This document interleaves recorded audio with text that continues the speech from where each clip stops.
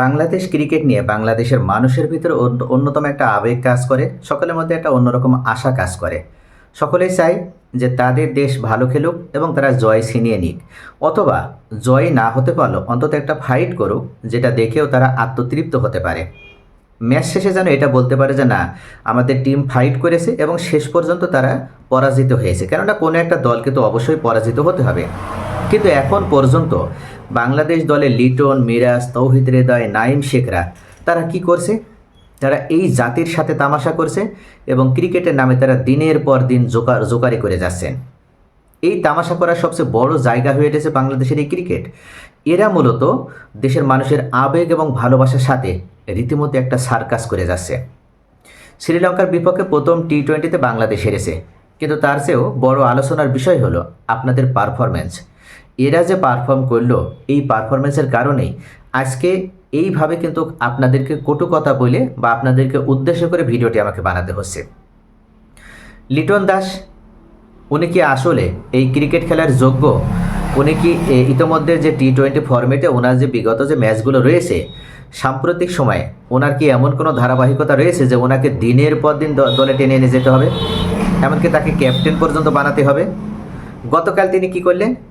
11 বল খেলে মাত্র 6টি রান করলেন এবং এমন সময় তিনি ক্রিজে আসলেন যখন খেলার মোমেন্টামটাই তিনি ঘুরিয়ে দিলেন, খেলাটা নষ্ট করে দিলেন। যখন ওভার প্রতি 10 রান 11 রান করে নিচ্ছে এবং বাংলাদেশের রান রেট সেভাবে এগোচ্ছে, তখন ক্যাপ্টেন যখন ক্রিজে এসেছে সেই সময় উনি খেলার গতি হারিয়ে দিলেন এবং যেখানে বাংলাদেশের টোটালটা 190-এর কাছাকাছি হতো এমনটাই মনে করা হচ্ছিল, সর্বসাকুল্যে শেষের দিকে সেটা টেনে টুনে 150 পার হলো। লিটন দাস যে ধীর গতিতে ব্যাট করলো, তার এই ব্যাট করার কারণে মূলত খেলাটা একেবারে পুরোপুরি ওখানেই নষ্ট হয়ে গেল। তিনি চরম স্বার্থপরতার পরিচয় দেওয়ার মাধ্যমে ব্যাট করলো। লিটনের ব্যাটিং পুরো ইনিংসটাকে শেষ করে দিয়েছে। যদি আপনারা খেলা না দেখে থাকেন তাহলে ইতোমধ্যে আমার ভিডিও যারা দেখছেন তারা ইতোমধ্যে বুঝতে পারছেন যে লিটন যখন ক্রিজে আসে তখন দলের রান কিন্তু ওভার প্রতি 10 রান 11 রান করে হচ্ছে এবং 6 ওভারে প্রায় 60 রান প্লাস হয়ে গেছে। সেখানে লিটন ব্যাটে এসে তিনি কি করলো? মাত্র 11 বল খেলে 6 রান করলো এবং ঠুক নাইম শেখকে সাথে নিয়ে তিনি ঠুকুর শুরু করলেন। তার সাথে সঙ্গ দিল নাইম শেখও। নাইম শেখকে 4 নম্বর ব্যাটিং করতে পাঠানোর যে সিদ্ধান্তটা, এটা চরম একটা ভুল সিদ্ধান্ত ছিল দলের। এই ভুল সিদ্ধান্ত যিনি নিয়েছিলেন তিনিও কিন্তু এক্ষেত্রে গতকাল বাংলাদেশের ম্যাচ হারার পেছনে অন্যতম বড় দায়ী। নাইমের যে ব্যাটিং পজিশন, তাকে 1 বা 2 বা সর্বোচ্চ 3 নম্বরে তাকে 4-এ খেলানো একটা ভুল সিদ্ধান্ত। যদি তাকে টপ অর্ডারে খেলানো না যায় তাহলে তাকে একাদশের বাইরেই রাখা উচিত হবে। কেননা নাইম শেখ কখনও তিনি মিডল অর্ডারে ব্যাট করার তার পূর্ব কোনো অভিজ্ঞতা নেই। তিনি ওপেনিং করেন, যদি তাকে ওপেনিং করানো যায় তাহলে ওপেনিংয়ে নামাবো, না হলে তাকে দলে রাখারই প্রয়োজন ছিল না। আর একটা বিষয়, জাকের আলী, ওনার কি অপরাধ? এই জাকের আলীকে কেন দলে রাখা হলো না? জাকের আলী যে ওয়ানডে সিরিজটা হলো, এখানে তো তিনি অসাধারণ পারফর্ম করেছে। এমনকি জাকের আলীর কারণে তো একটা ম্যাচ বাংলাদেশ জিততে পারলো। এছাড়া আরও একটা ম্যাচ তো প্রায় লজ্জাজনক যে পরাজয় হতো 100 রানের নিচে, সেখান থেকে তো কিছুটা হলো পরাজয়ের যে পার্থক্যটা সেটা কমিয়েছিলেন এই জাকের আলীর কারণে। তাহলে অন্তত জাকের আলীকে যে ব্যক্তি বুদ্ধিতে দল থেকে বাইরে রেখেছে, সেই ব্যক্তিকে খুঁজে বের করে তাকে মূলত টিম সিলেক্টরের কাছ মানে দায়িত্ব থেকে তাকে বের করে দেওয়া উচিত। কেননা জাকের আলী 5-6 নম্বরে তাকে অবশ্যই তাকে ব্যাটিংয়ে পাঠাতে হবে এবং দলে রাখতে হবে। এবং তিনি 140 প্লাস স্ট্রাইক রেটে ব্যাট করে থাকেন। তিনি এমন একজন ফিনিশার, তাকে বাদ দেওয়াটা কোনোভাবেই অন্তত বাংলাদেশের টিম সিলেক্টর যারা রয়েছে তাদের ঠিক হয়নি। তবে এখানে আরেকটা বিষয়, সেটা হচ্ছে শামীম হোসেন পাটোয়ারি। গতকাল উনি অসাধারণ খেলেছেন, তবে শামীম হোসেন পাটোয়ারিকে আরেকটু উপরে খেলানোর দরকার ছিল। এই সিদ্ধান্তটা নেওয়ার দরকার ছিল। আগের ম্যাচে বাংলাদেশে পারভেজ হোসেন ইমন এবং তামজিদ হাসানের কারণে একটি ভালো শুরু পেয়েছিল বাংলাদেশ। পাওয়ার প্লেতে গড়ে 45-50 রান হচ্ছিল। এই ম্যাচেও পাওয়ার প্লেতে 56 রান হয়েছিল, যেখানে 7টি বাউন্ডারি এবং 1টি ছক্কা ছিল। শুরুটা কিন্তু দুর্দান্ত হয়েছে, কিন্তু তানজিদ তামিম আউট হওয়ার পর লিটন দাস এলেন এবং ডট বল খেলে খেলার গতি পুরোপুরি নষ্ট করে দিলেন। তিনি এতটাই স্বার্থপরের মতো ব্যাট করেছেন যে দলের মোমেন্টামে ধ্বংস হয়ে গেছে ওখানে। বাংলাদেশের কোনো অধিনায়ক এতটা স্বার্থপর হতে পারে না।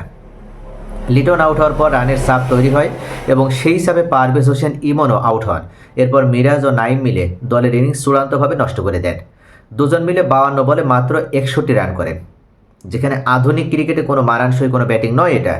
অন্তত 52 বলে হওয়ার দরকার ছিল 70 থেকে 80 রান। এই যে 30 রানের যে একটা ঘাটতি বা 20 রানের যে একটা ঘাটতি, এই ঘাটতির জায়গা থেকে গতকাল বাংলাদেশকে হারতে হয়েছে। যে দল পাওয়ার প্লেতে 7টি বাউন্ডারি 1টি ছক্কা মেরেছে, সেই দলই পরের 14 ওভারে মাত্র 5টি বাউন্ডারি ও 3টি ছক্কা মেরেছে। এর মধ্যে 2টি ছক্কা মেরেছেন শামীম হোসেন পাটোয়ারি, তিনি মাত্র 5 বল খেলার সুযোগ পেয়েছিলেন। টিম ম্যানেজমেন্টের right hand left hand combination এর মতো গোবরের মতন চিন্তাভাবনা দলে সর্বনাশ করছে। উইকেটে একজন বাঁহাতি ব্যাটসম্যান নাইম থাকার পরও আরেকজন বাঁহাতি শামীমকে না পাঠিয়ে মিরাজকে পাঠানো হলো, যার গত 1 বছর টি-20 স্ট্রাইক রেট মাত্র 112। আমি আবারও বলছি, যারা মিরাজকে বড় ক্রিকেটার মনে করেন তাদের সাথে আমি ক্রিকেট নিয়ে কোনোদিন কথা বলবো না। মিরাজ সাদা বলের ক্রিকেটে একজন সাধারণ মানের ক্রিকেটার। লাল বলের টেস্ট ক্রিকেটে সে ভালো, কিন্তু ওয়ানডে বা টি-20তে নয়। যদিও ওয়ানডেতে তাকে রাখা যায়, টি-20র জন্য মিরাজ এতটা পারফেক্ট নয়। তবে এখানে মিরাজকে আবার সুযোগ দিতে হবে, মিরাজকে তৈরি করার একটা সুযোগ দেওয়া যাবে। অর্থাৎ মিরাজ যে গতকাল একেবারে বাজে ব্যাটিং করেছে তা নয়, সে যথেষ্ট ভালো বল করেছে। কিন্তু নাইম হোসেন তিনি যে ঠুকঠুক 32 বলে 29 রান করলো, এই জায়গাটাই তো চরম একটা ঘাটতি তৈরি হয়ে গেল বাংলাদেশে, এবং লিটন সবথেকে বড় ক্ষতি করেছে। মূল বিষয় হচ্ছে এই মুহূর্তে বাংলাদেশে যারা নির্বাচন প্যানেলে রয়েছে, এই নির্বাচন প্যানেলটিকে সম্পূর্ণ একটা জঘন্য প্যানেল হিসেবে সাব্যস্ত করে নির্বাচন প্যানেলের যারা রয়েছে তাদেরকে বাদ দিতে হবে এবং নতুন করে এমন কিছু নির্বাচক আনতে হবে যারা অন্তত খেলাটা বোঝে। এখানে যে বর্তমান যে লিপুর নেতৃত্বে যে নির্বাচক কমিটি রয়েছে, যে প্যানেল রয়েছে, তারা তো খেলার কিছু বোঝে না।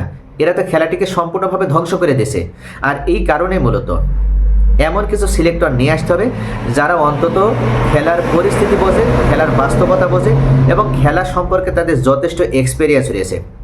যদি এটা করা সম্ভব না হয় তাহলে বাংলাদেশ ক্রিকেটের কখনো উন্নতি সম্ভব হবে না, এবং বাংলাদেশ ক্রিকেট নিয়ে এই জাতির যে আশা আকাঙ্ক্ষা সেই জায়গাটাও কখনো পূরণ হবে না। সকলে ভালো থাকুন। Thanks for watching.